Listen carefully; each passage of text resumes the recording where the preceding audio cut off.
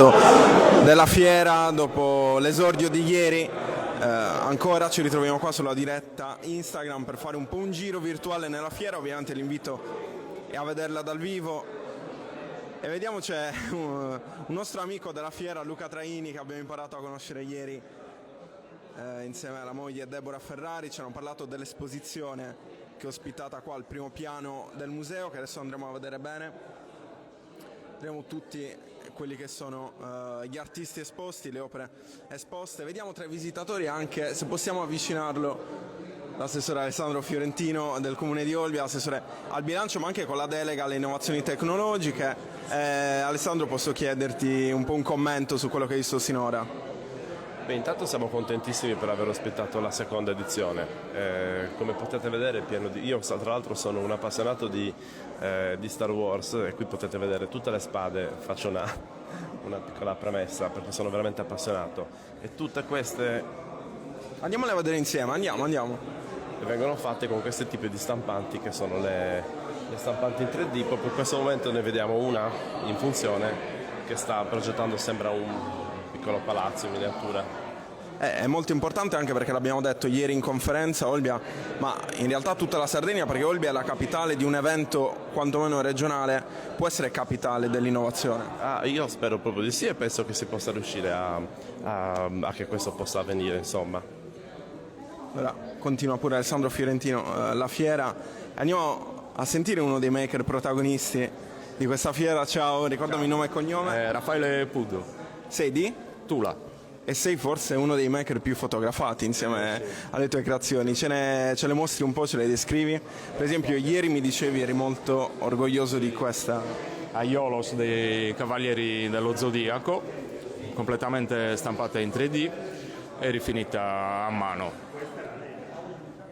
Allora, mi dicevi abbiamo anche una stampante 3D dietro, dopo ce la descriverai.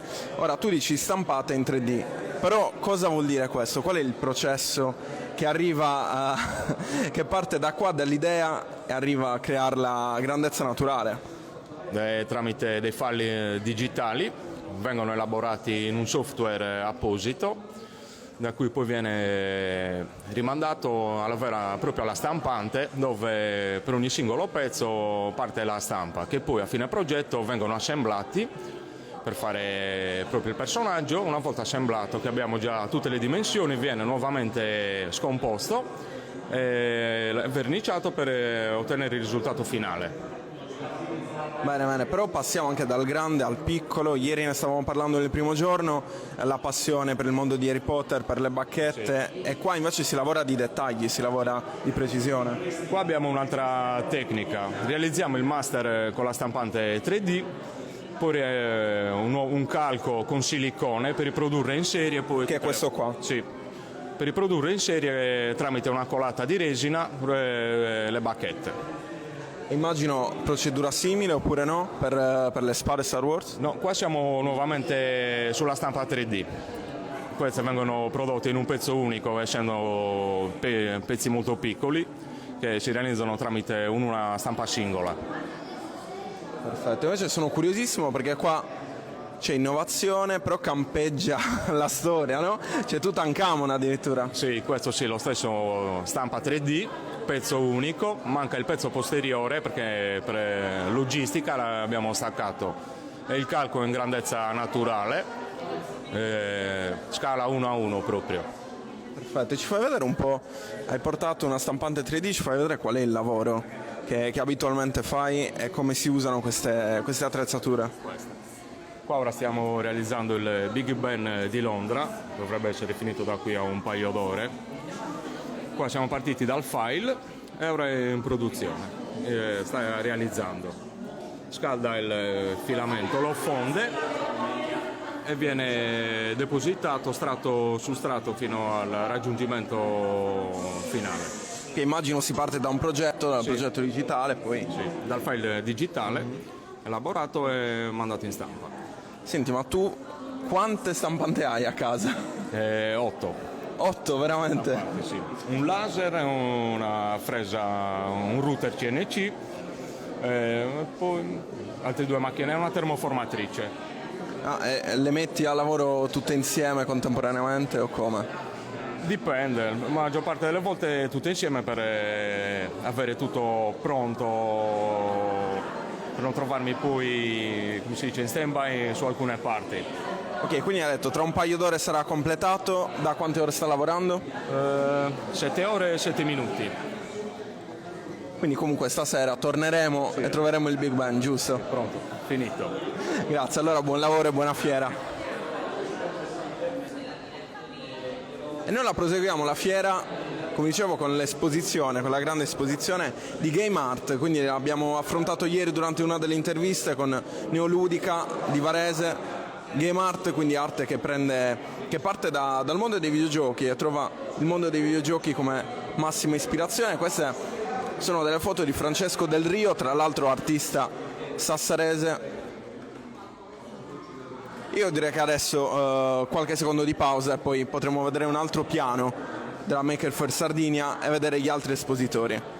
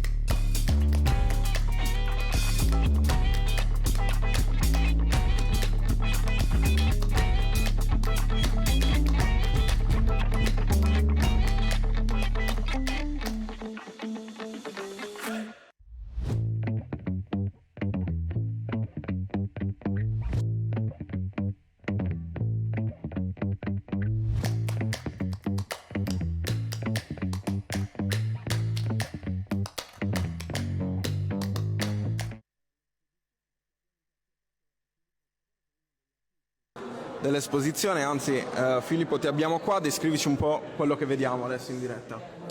Allora, quello sopra è solo uno screenshot del video che trasmetteranno domenica alla chiusura del party di chiusura. Ci sarà un DJ che suonerà e c'è questo video dove appunto ci sono una serie di immagini con scritte, glitch, con tutti i giochi 8 e 16 bit. E invece giù?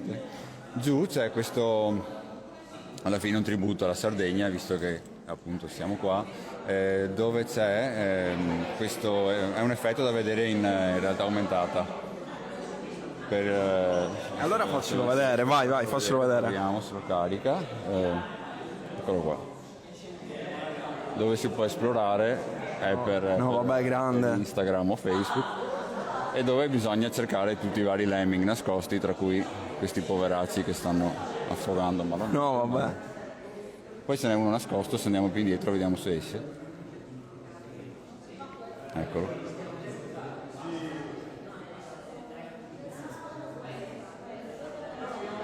Quindi chi becca il QR code si può mettere a cercare, no? Tutto quello che c'è nell'immagine.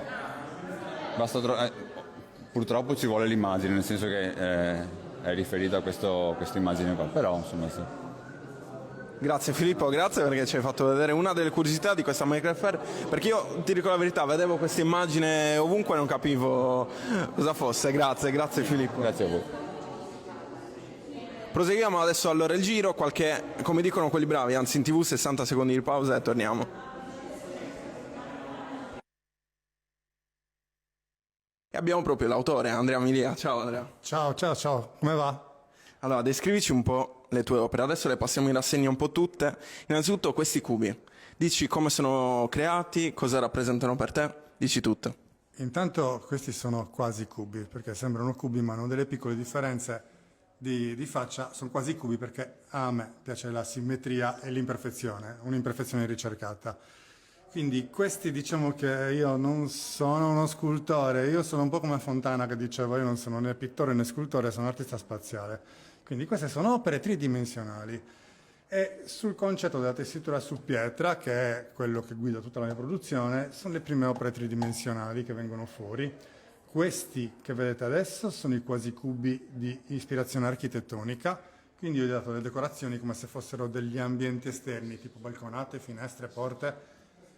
Insomma, l'architettura prende ispirazione come l'arte dalla natura, da un sacco di altre cose, e qui l'arte riprende ispirazione dall'architettura. E sono delle astrazioni di edifici che ho chiamato come le città dove penso che possano trovarsi bene questi tipi di design, tipo Parigi e Milano. Quindi questo lo vedi bene a Parigi? Io lo vedo bene a Parigi, qualcun altro magari questo mi sa E questo di Milano. E quindi gli ho dato semplicemente questi nomi. Invece questi, che sono i quasi cubi raffinati, che stanno proprio dentro il concetto di tessitura, perché li ho ideati come se fossero dei modelli, ma cubici, e io come un sarto li ho vestiti. Quindi qui puoi vedere magari da questa parte, guarda, puoi immaginarti un abito da sera. Io per questo immagino un abito elegante da uomo. E questo in mezzo? E questo in mezzo mi sa tanto di femminile anche questo. Cioè, è una delicatissima decorazione che potrebbe essere un abito da sposa. Però, vedi, ora mi parli di abiti, ma perché la forma del cubo? Perché? Perché siamo artisti, dobbiamo essere Giusto. gentili, quindi io faccio una cosa che si chiama tessitura su pietra perché ragiona sull'eternità, perché la tessitura, ora l'incisione è la tecnica, ma il concetto di tessitura, la tessitura è una delle eredità che i popoli lasciano ai posteri, la tessitura, le decorazioni, le architetture, e sono le cose attraverso cui ricostruiamo le storie dei popoli. Quindi, chiamando quello che faccio tessitura, io praticamente vado a far parte dell'eternità del mondo. Ok? E tutto questo è iniziato disegnando arazzi sulla pietra per spostare il concetto della tessitura in un altro ambiente più moderno, più d'arredo, e quindi metterlo davanti ad altri occhi, no? Queste sono piccole opere d'arte fatte in tessere e si chiamano Dominos, ok? È proprio un marchio che ho registrato per fare piccole opere d'arte e si chiamano Dominos in omaggio al domino proprio. Ma ogni disegno è diverso in ogni tessera. Fatto a mano libera, sì. Questa è la serie degli arazzi. In origine erano 150, questi sono i 50 che sono rimasti. E poi domenica a fine fiera darei un calcio al primo e fare il domino. Io spererei di venderli, guarda un po'.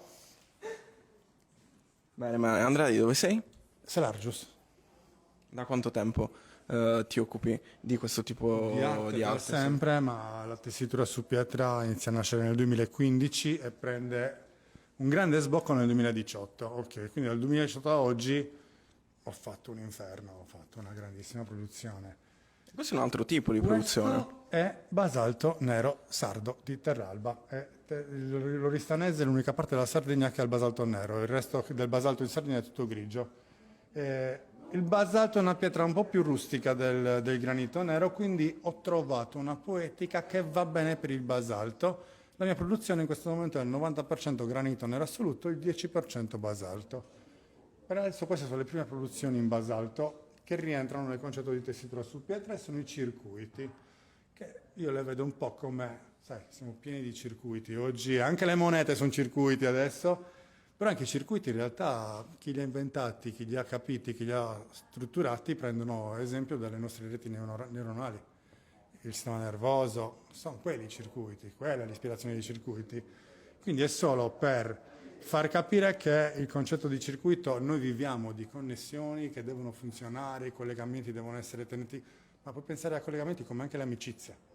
I collegamenti devono essere tenuti in contatto. Il discorso va dal minimo al massimo, diventa universale. Sì, esatto, perché l'arte è filosofia, quindi non esiste un discorso semplice, qualunque anche cavolatina in realtà può essere amplificata universalmente, è quello che fa un discorso valido. Allora, ci hai parlato di cubi, abbiamo visto rettangoli, adesso un'altra forma ancora, il cerchio. Non è un cerchio, questo è uno scudo, questo prende ispirazione dagli scudi vichinghi, però poi nel mio scudo la decorazione è una specie di urbanistica, no? Perché comunque il mondo in cui viviamo è quello, sono le città alla fine, no? Il progetto, perché ti dico scudi vichinghi? Perché il progetto sarebbe di avere 2 corridoi, cioè un corridoio con 2 pareti, dove tu immaginati a ogni parete 7 scudi e in mezzo un tavolaccio, come se fosse un molo. Quindi tu passeresti in mezzo alla stazione di 2 drakkar e andresti a vedere il lavoro di un artista, così come si andava a salutare i naviganti, perché non sapevi se sarebbero tornati. Ok? Perché il mare che affronta un artista è incasinato quanto quello che affronta Tanto un quello sì. reale, vero? E queste sono le dimensioni reali di uno scudo vichingo da shield made. Per far capire le dimensioni, mettiti vicino, I così. vichinghi veri erano 90 cm di diametro da uomo e 75 da donna. Questo, per non farlo troppo grande, ho preso la misura da donna, però le dimensioni sono quelle reali. Bene, grazie Andrea, grazie davvero. Grazie mille a voi. Andiamo però a caccia della curatrice Certo, della mostra. cerchiamo. Andiamo a vedere, è un po' timida, ma Curatrice. perché vuole farci vedere la cornice naturalistica dove si muove la Maker Faire Sardinia. Soprattutto tavolare. Curatrice della mostra, ricordami nome e cognome. Francesca Nedda, una delle curatrici, perché in realtà noi siamo Next Task Collective. Mancano purtroppo qua in sede Federica Piras e Valentina Salzillo, che sono rimasta a lavorare a Roma e a Milano. Ma noi diciamo che Francesca basta, avanza. Sì, no, c'è tanto lavoro anche di backup delle ragazze alle spalle, per cui tutto ciò che in questo momento io sono più operativa, ma tutto ciò che poi invece ha necessità di essere, ad esempio i social, le grafiche, i documenti e tutte le cose, poi partono da loro, quindi siamo un bel team e nasce proprio per questo, perché da soli non si arriva da nessuna parte. Senti, ci parli un po' delle opere di Andrea, in generale di tutte quelle che avete selezionato per questa fiera? Tutte le opere sono state selezionate con l'intento di raccontare il rapporto tra l'arte e la tecnologia, partire dallo scalpello fino alla realtà aumentata o al robot pittore, in questo caso Russolino. Quindi diciamo questa è la connessione che unisce tutte le opere in mostra.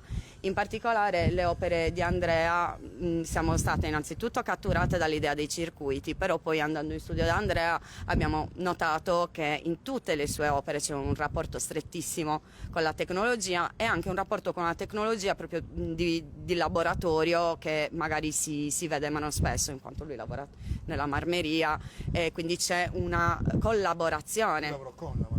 Esatto, c'è proprio un'unione di maestranze dove non arriva la competenza di uno, arriva la competenza dell'altro. Anche questo era un discorso che ci interessava, che nell'arte è molto importante, ma è stato importante dai tempi antichissimi. Canova non faceva niente da solo. Ecco. Perfetto, grazie Francesca, grazie Andrea. Grazie. E facciamo un meta esperimento con la social media manager della Maker Faire. Come raccontare sui social la fiera? Beh, sicuramente è emozionante e interessante. Bene, grazie, continua il giro, lo continuiamo insieme e fermiamo così la prima diretta da Instagram di questa seconda giornata della Maker Faire Sardinia al Museo Archeologico di Olbia.